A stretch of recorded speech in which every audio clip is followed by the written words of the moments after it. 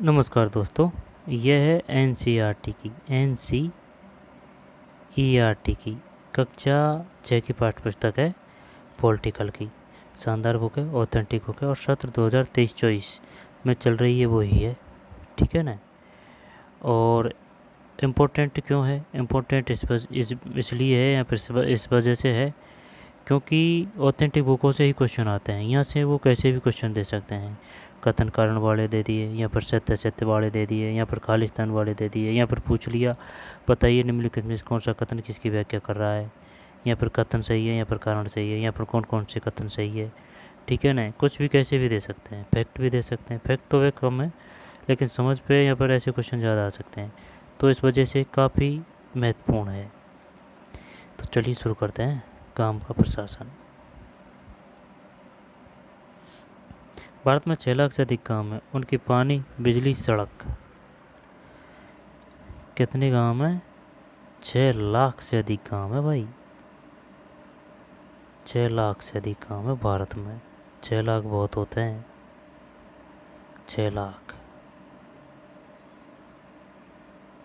6 लाख नहीं तो 6.5 लाख मान ले। अब 6 लाख हैं क्योंकि ज़्यादा गांवों का अलग निर्माण नहीं होता है, लेकिन एक गांव में से पूरे तो बन जाते हैं। जैसे कि एक गांव है, अब यहाँ तो है ही है मेन गांव, लेकिन कुछ लोग इधर गए अपने खेतों पर, यहाँ बस गए। धीरे धीरे और भी आके यहाँ बस गए, तो ये एक पूरा बन गया। और कुछ लोग इधर गए, उनको यहाँ पानी की सहूलियत दिखी है। यहाँ पर जैसे कि के रोड है तो रोड के पास पास यहाँ बसने लग गए। ठीक है, तो एक पूरा यहाँ बस गया। लेकिन गांव एक ही रहता है, पुरों का नाम अलग हो सकता है, फिर पूरे गांव में बन जाते हैं। जैसे कि अब जो तहसील थी, बड़ी बड़ी तहसील थी, तो उनको अब वो बना दिया जिला राजस्थान में। तो आगे शुरू करते हैं। 6 लाख से अधिक काम है। उनकी पानी, बिजली, सड़क आदि की ज़रूरतों को पूरा करना कोई आसान काम नहीं है। इसके अलावा ज़मीन के दस्तावेजों का रखरखाव करना पड़ता है और आपसी विवादों को भी निपटाने की ज़रूरत पड़ती है। इन सब की व्यवस्था के लिए गांव का प्रशासनिक ढांचा होता है। इस पाठ में हम 2 ग्रामीण प्रशासनिक अधिकारियों के काम के बारे में थोड़े विस्तार से पढ़ेंगे। गांव का प्रशासन।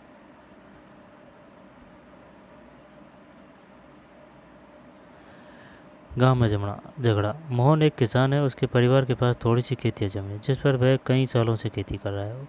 उसके खेत से लगा हुआ ही रघु का खेत है। दोनों के खेत एक छोटी सी मेड़ से अलग होते हैं।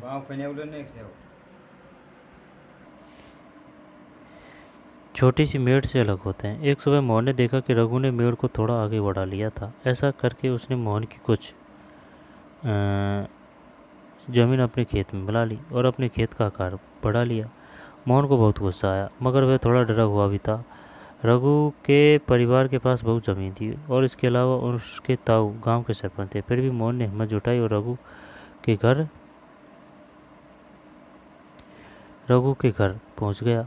दोनों के बीच कहां सुनी हुई। रघु ने तो मानने से ही इनकार कर दिया कि उसने मेड़ को आगे बढ़ाया था। थोड़ी देर में झगड़ा शुरू हो गया। रघु ने अपने एक मजदूर को बुला लिया। दोनों मिलकर मोहन पर चिल्ला रहे थे। फिर भी उन्होंने मोहन को मारना शुरू कर दिया। फिर उन्होंने वो हल्ला सुनकर पड़ोसी बाहर आए। उन्होंने देखा कि मोहन की पिटाई हो रही है। बीच बचाव करके उन्होंने मोहन को बचाया। मोहन के सिर पर और हाथ में बहुत चोट आई थी। एक पड़ोसी ने उसकी मरहम पट्टी की। मोहन के एक दोस्त ने, जो गांव के डाकघर में काम करता था, सुझाव दिया कि उन्हें स्थानीय पुलिस थाने जाकर रपट लिखवानी चाहिए। अब वो कल ठिकाना आ जाएगी। जबकि कुछ लोग इसके खिलाफ थे। उनको लग रहा था कि बहुत सारा पैसा बर्बाद हो जाएगा, नतीजा कुछ नहीं निकलेगा। कुछ लोगों ने कहा कि रघु के परिवार वाले तो पहले ही पुलिस थाने पहुंच चुके हैं। काफ़ी विचार विमर्श के बाद अंततः यह हुआ कि जिन पड़ोसियों की आंखों के सामने ये घटना हुई थी, मोहन उनको लेकर पुलिस थाना जाएगा। पुलिस थाने का क्षेत्र। थाने में रास्ते में एक पड़ोसी ने पूछा, क्यों नहीं हम थोड़ा और पैसा खर्च करके शहर के बड़े थाने चले। मोहन ने समझाया कि बात पैसे की नहीं है, हम इसी थाने में अपना मामला दर्ज करवा सकते हैं क्योंकि हमारा काम इसी कार्य क्षेत्र में आता है। हर पुलिस थाने का एक कार्य क्षेत्र होता है जो उसके नियंत्रण में रहता है। लोग उस क्षेत्र में हुई चोरी, दुर्घटना, मारपीट, झगड़े आदि की रिपोर्ट उसी थाने में लिखवा सकते हैं। यह वहाँ के थानेदार की जिम्मेदारी होती है कि वह लोगों से घटना के बारे में पूछताछ करे, जांच पड़ताल करे और अपने क्षेत्र के अंदर मामलों पर कार्रवाई करे।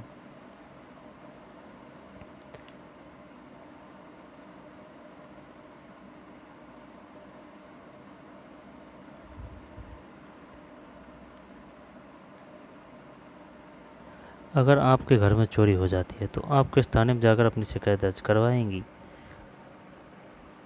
मोहन और रघु के बीच में किस बात को लेकर विवाद हुआ था? खेत की मेड़। जैसे कि ये खेत है दोनों के, ये बीच में ये मेड़ है।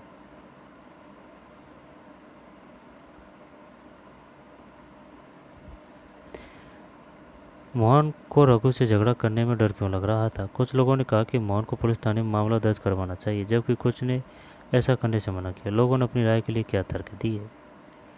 पुलिस थाने में होने वाला काम। जब सब लोग पुलिस थाने पहुंचे तो मोहन थानेदार के पास गया और उसे पूरा मामला बताया।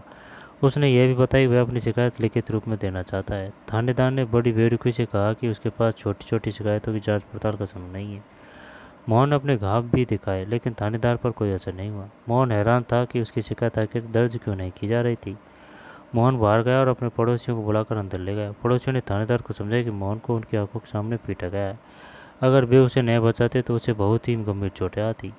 उन्होंने मामला दर्ज करने पर जोर दिया। अंततः थानेदार राजी हो गया। उसने मोहन को अपनी शिकायत लिख कर देने को कहा। थानेदार ने वादा किया कि अगले दिन वह हवलदार घटना की जांच पड़ताल के लिए उनके यहाँ पहुँचेगा। पुलिस थाने में जो भी हुआ उसे एक नाटक के रूप में दिखाएं। फिर ये बताइए कि मोहन थानेदार या पड़ोसियों की भूमिका निभाते हुए आपको कैसा लगा? क्या थानेदार स्थिति को किसी अन्य तरीके से संभाल सकता था? हाँ, संभाल सकता था कि भाई मैं चलता हूँ वहाँ, आपके साथ चलता हूँ और मैं उनको समझाता हूँ, बाहर नहीं दे देता हूँ। कंप्लेन करने से क्या होगा, वैसे ही समझ जाएगा। अगर फिर 2 बार होती है तो फिर कंप्लेन करेंगे।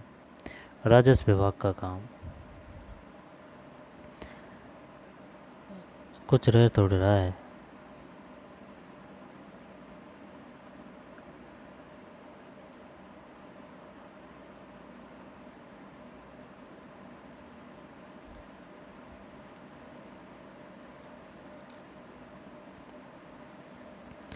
आपने पढ़ा कि मोहन और रघु में खेत की मेड़ को लेकर जबरदस्त लड़ाई हुई। क्या ऐसा कोई तरीका नहीं था जिससे वे अपना मामला शांतिपूर्वक सुलझा लेते? क्या कोई ऐसे अभिलेख यानी रिकॉर्ड होते हैं जिनसे ये पता चल जाए कि गांव में किसके पास कौन सी ज़मीन है? चलिए पता करते हैं कि यह कैसे किया जाता है। ज़मीन को नापना, उसका रिकॉर्ड रखना पटवारी का मुख्य काम होता है। अलग अलग राज्यों में इसको अलग अलग नामों से जाना जाता है। कहीं पटवारी, कहीं लेखपाल, कहीं कर्मचारी। कहीं पटवारी, कहीं लेखपाल, कहीं कर्मचारी। कहीं पटवारी, कहीं लेखपाल, कहीं कर्मचारी। लेखपाल भी पटवारी को बोलते हैं। कहीं कर्मचारी, कहीं ग्रामीण अधिकारी तो कहीं कानून को कहते हैं। पटवारी, लेखपाल, कर्मचारी, ग्रामीण अधिकारी तो कहीं कानून को। हम यहाँ ज़मीन का लेखा जोखा रखने वाले कर्मचारियों के लिए पटवारी शब्द का इस्तेमाल कर रहे हैं। प्रत्येक पटवारी कुछ गांवों के लिए जिम्मेदार होता है। अगले पृष्ठ पर दिए गए नक्शे उसके अनुसार बने खसरे यानी रजिस्टर के विवरण को देखिए। ये पटवारी द्वारा रखा गया गांव के लोगों की ज़मीन के रिकॉर्ड का एक हिस्सा है। आमतौर पर पटवारियों के पास खेत नापने के अलग अलग तरीके होते हैं। कई जगहों पर वह एक लंबी लोहे की जंजीर का इस्तेमाल करते हैं। इसे जरीब मुगल काल से चली आ रही है। जरीब क्या है? जरीब कहते हैं। ऊपर दी गई कहानी में पटवारी मोहन और रघु के खेतों को नापकर यह देख सकता था कि वह गांव के नक्शे से मेल खाता है कि नहीं। अगर वह नक्शे से मेल नहीं खाता तो उसको पता चल जाता कि मेड़ खिसका कर खेत की सीमा बदली गई है।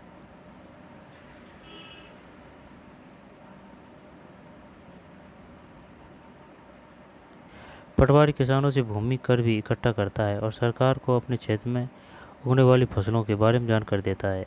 यह काम वह अपने रिकॉर्डों के आधार पर करता है, इसलिए ज़रूरी है कि वह उनको समय पर तंदुरुस्त करता रहे। किसान कई बार फसल बदल देते हैं, कुछ और उगाने लगते हैं। अगर आप ग्रामीण क्षेत्र में रहते हैं तो पता कीजिए आपके क्षेत्र का पटवारी कितने कामों के लिए ज़मीन का अभिलेख रखता है। गांव के लोग पटवारी से कैसे संपर्क करते हैं। कसरत कहलाने वाले इस रिकॉर्ड में पटवारी ने नीचे दी गई जमीन के नक्शे के मुताबिक सूचनाएं भरी है। इससे पता चलता है कि ज़मीन का कौन सा टुकड़ा किसके नाम है। इस रिकॉर्ड और नक्शे को देखिए तथा मोहन और लघु की ज़मीन से संबंधित सवालों का जवाब दीजिए।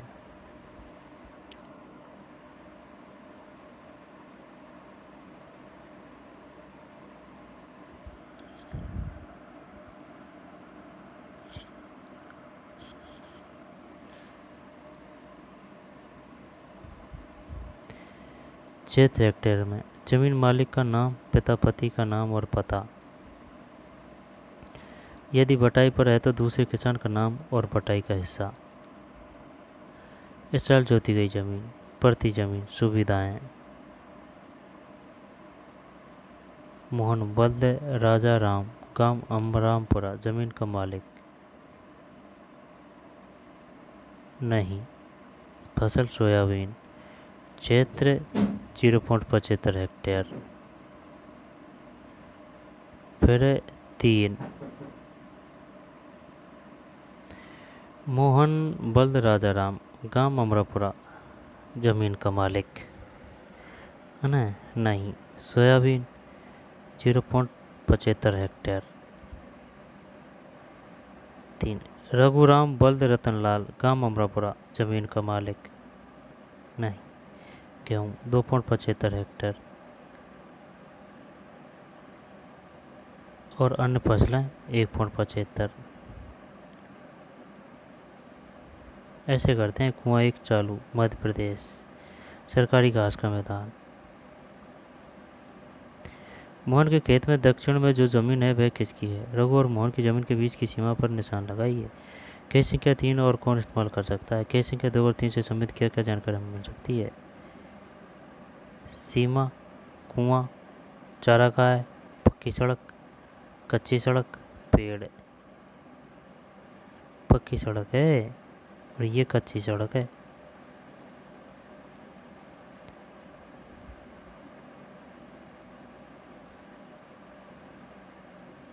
सीमा, कच्ची सड़क, पक्की सड़क, ये पक्की सड़क है, ये कच्ची सड़क है।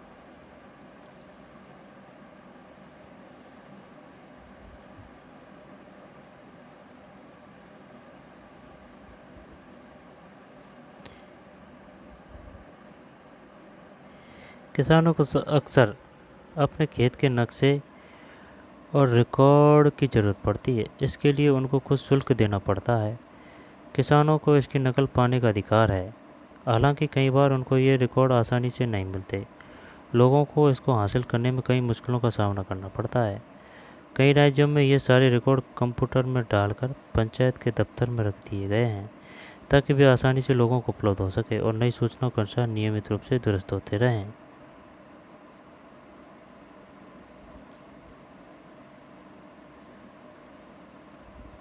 आपको क्या लगता है किसानों को इस रिकॉर्ड की ज़रूरत कब पड़ती होगी। नीचे दी गई स्थितियों को पढ़िए और उन मामलों को पहचानिए जिनमें ज़मीन के रिकॉर्ड अनिवार्य होते हैं। यह भी बताइए वे किस लिए ज़रूरी है। एक किसान दूसरे किसान से ज़मीन खरीदना चाहता है। एक किसान अपनी फसल दूसरे को बेचना चाहता है। एक किसान को अपनी ज़मीन में कुआं खोदने के लिए बैंक से कर्ज चाहिए। एक किसान अपने खेतों के लिए खाद खरीदना चाहता है। एक किसान अपनी ज़मीन अपने बेटे व बेटियों में बांटना चाहता है।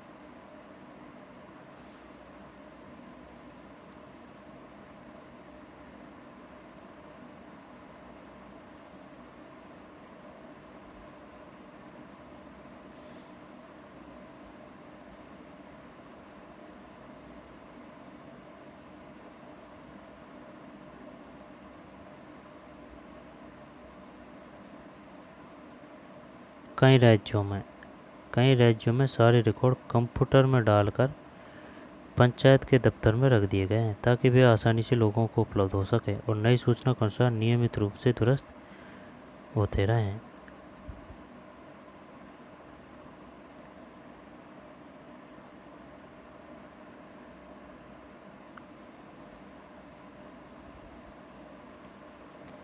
कुछ और उगाने लगते हैं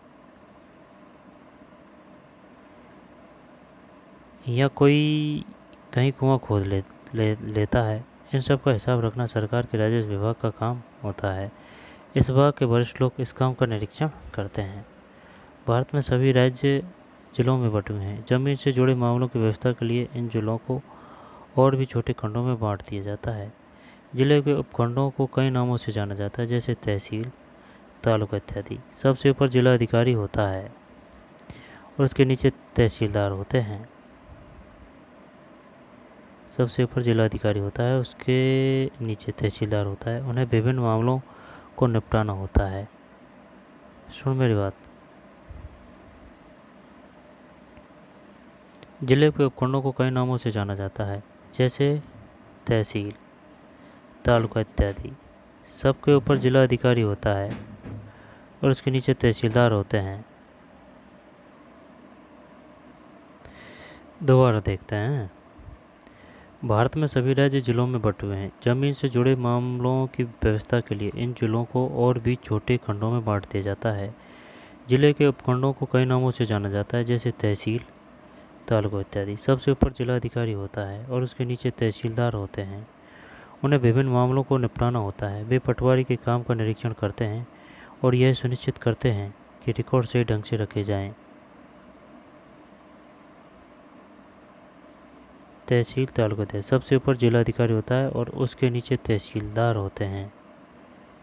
उन्हें विभिन्न मामलों को निपटाना होता है। वे पटवारी के काम का निरीक्षण करते हैं, यह सुनिश्चित करते हैं कि रिकॉर्ड सही ढंग से रखे जाएं और राजस्व विभिन्न तरह के कर इकट्ठा होता रहे। वे यह भी देखते हैं कि किसानों को अपने रिकॉर्ड की नकल आसानी से मिल जाए। वे विद्यार्थियों को जरूरत पड़ने पर जाति प्रमाण पत्र आदि भी जारी करते हैं। तहसीलदार के दफ्तर में जमीन से जुड़े विवाद के मामले सुने जाते हैं। तहसीलदार के दफ्तर में जमीन से जुड़े विवाद के मामले सुने जाते हैं। अब वो ये पूछ लेगा, ये बताइए, जमीन से जुड़े विवाद के मामले सुने जाते हैं।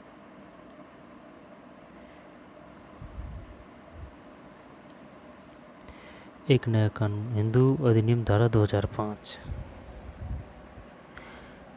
जब हम उन किसानों के बारे में सोचते हैं जिनके पास ज़मीन है, तो आमतौर पर हमारे ध्यान में पुरुष होते हैं। महिलाओं की हैसियत खेतों के काम में एक मददगार भर की मानी जाती है। उनके बारे में ज़मीन के मालिक के रूप में कभी नहीं सोचा जाता। अभी तक कई राज्यों में हिंदू औरतों को परिवार की ज़मीन में हिस्सा नहीं मिलता। पिता की मृत्यु के बाद ज़मीन बेटों में बांट दी जाती है। हाल ही में यह कानून बदल गया है। नए कानून के मुताबिक हिंदू परिवारों में बेटे, बेटियों और उनकी माँ को ज़मीन में बराबर हिस्सा मिलता है। बेटों, बेटियों और उनकी माँ को। यह कानून सभी राज्यों और केंद्र शासित प्रदेशों में भी लागू होगा। इस कानून में बड़ी संख्या में औरतों को फायदा होगा। उदाहरण के लिए, सुधा एक खेतीहर परिवार की सबसे बड़ी बेटी है। वह शादीशुदा है और पास के गांव में रहती है। अपने पिता की मृत्यु के बाद सुधा अक्सर खेती के काम में मां का हाथ बटाने आती है। उसकी मां ने पटवारी से कहा कि जमीन पर अब बेटे के साथ साथ उसका और दोनों बेटियों का नाम भी रिकॉर्ड में आ जाए।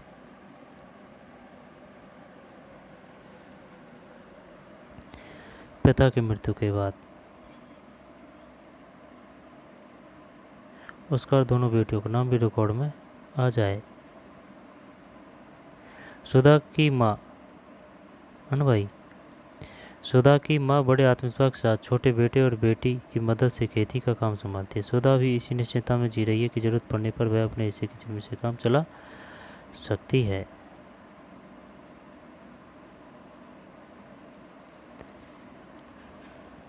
जब एक सार्वजनिक सेवाएं, एक सर्वेक्षण इस पाठ में हमने सरकार के कुछ प्रशासनिक कार्यों के बारे में पढ़ा, खासकर ग्रामीण क्षेत्र के संदर्भ में। पहला उदाहरण कानून व्यवस्था बनाए रखने के बारे में था। दूसरा जमीन के अभिलेखों की व्यवस्था के बारे में। पहले मामले में हमने पुलिस की भूमिका का परीक्षण किया, दूसरे में पटवारी की भूमिका का। इनके काम का विभाग के अन्य लोगों द्वारा निरीक्षण किया जाता है, जैसे पुलिस अधीक्षक या तहसीलदार। हमने यह भी देखा कि लोग कैसे इन सुविधाओं का इस्तेमाल करते हैं और उन्हें किस तरह की समस्याएं आती है। इन सेवाओं का उपयोग कानूनों के अनुसार होना चाहिए। आपने संभवतः सरकार के अन्य विभागों द्वारा दी जा रही सार्वजनिक सेवाओं को देखा होगा। अपने गांव या क्षेत्र के लिए दी जा रही सार्वजनिक सेवाओं की एक सूची बनाइए। दुग्ध उत्पाद समिति, राशन की दुकान, बैंक, पुलिस थाना, बीज और खाद के लिए कृषक समिति, डाक बंगला, आंगनबाड़ी, बालवाड़ी, आंगनबाड़ी शायद आंगनबाड़ी से छोटी होती है बालवाड़ी, सरकारी स्कूल, प्राथमिक स्वास्थ्य केंद्र, अस्पताल इत्यादि। दुग्ध उत्पादक समिति ये नहीं है, राशन की दुकान ये है, बैंक नहीं है ना, पंचायत की बात है। पुलिस थाना नहीं है, तहसील में है।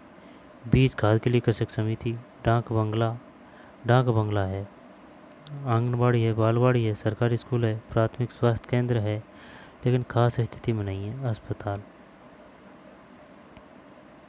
3 सार्वजनिक सेवाओं पर जानकारी इकट्ठी कीजिए और अपने अध्यापिका के साथ चर्चा कीजिए कि इनकी कार्यप्रणाली में कैसे सुधार किया जा सकता है।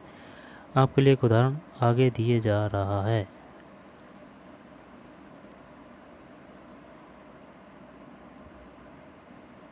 ये है भाई साहब, क्या है ये? सार्वजनिक सभा, राशन की दुकान, स्वास्थ्य केंद्र और दुग्ध उत्पादक समिति। आपने उनके काम के बारे में क्या देखा? यह दुकान खुली हुई थी। 3 लोग आए, उनके पास पीले रंग के कार्ड थे। सबने चावल और चीनी खरीदी, मिट्टी का तेल मिला नहीं। नियंत्रण में आने वाले क्षेत्र, यह 2 गांवों के लिए है। इस सुविधा का लाभ उठाने के लिए उनको क्या करने की ज़रूरत है?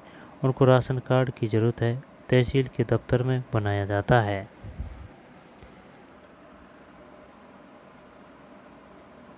ठीक है। जो यह सब प्रदान करते हैं उनकी समस्याएं, मिट्टी के तेल की आपूर्ति पूरी नहीं है। लोगों की समस्या, चावल बड़ा खराब आता है, मिट्टी का तेल तो कभी मिलता ही नहीं। क्या सुधार किए जाएं? अच्छा चावल आए, मिट्टी का तेल मिले, राशन की दुकान रोज खुले। अभ्यास, पुलिस का काम क्या होता है? पटवारी के कोई 2 काम बताइए। तहसीलदार का क्या काम होता है? एक बेटिया की चाय कविता में किस मुद्दे को उठाने की कोशिश की गई है? क्या आपको यह मुद्दा महत्वपूर्ण लगता है? क्यों?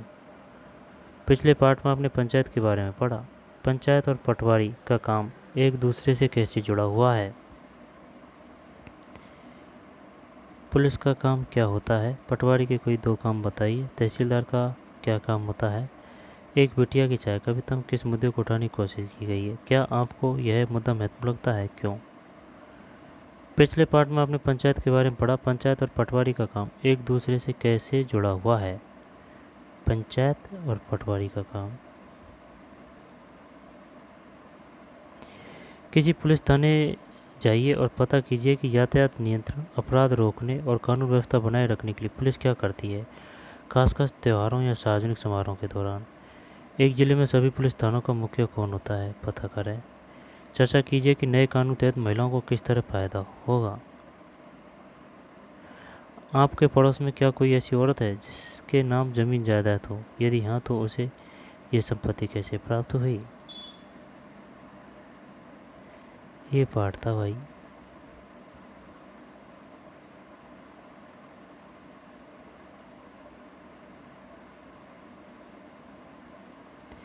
एक बिटिया की चाय। विरासत में मिला ये घर पापा को अपने पिता से यही घर मिलेगा, मेरे भैया और मेरे पिता से। पर मैं और मेरी माँ हमारा क्या बता दिया गया है मुझे कि पिता के घर में हिस्से की बात औरतें नहीं किया करती। लेकिन मुझे चाहिए एक घर अपना, बिल्कुल मेरा अपना। नहीं चाहिए देश में रेशम और सोना।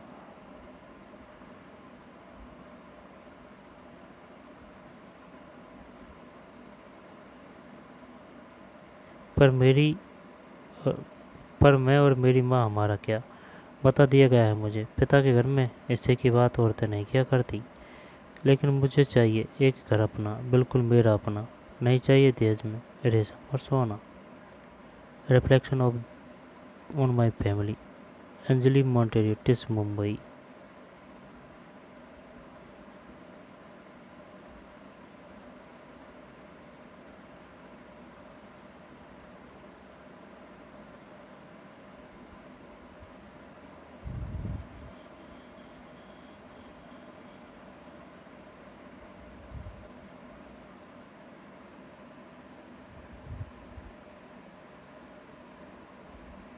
कविता थी ना वो एक।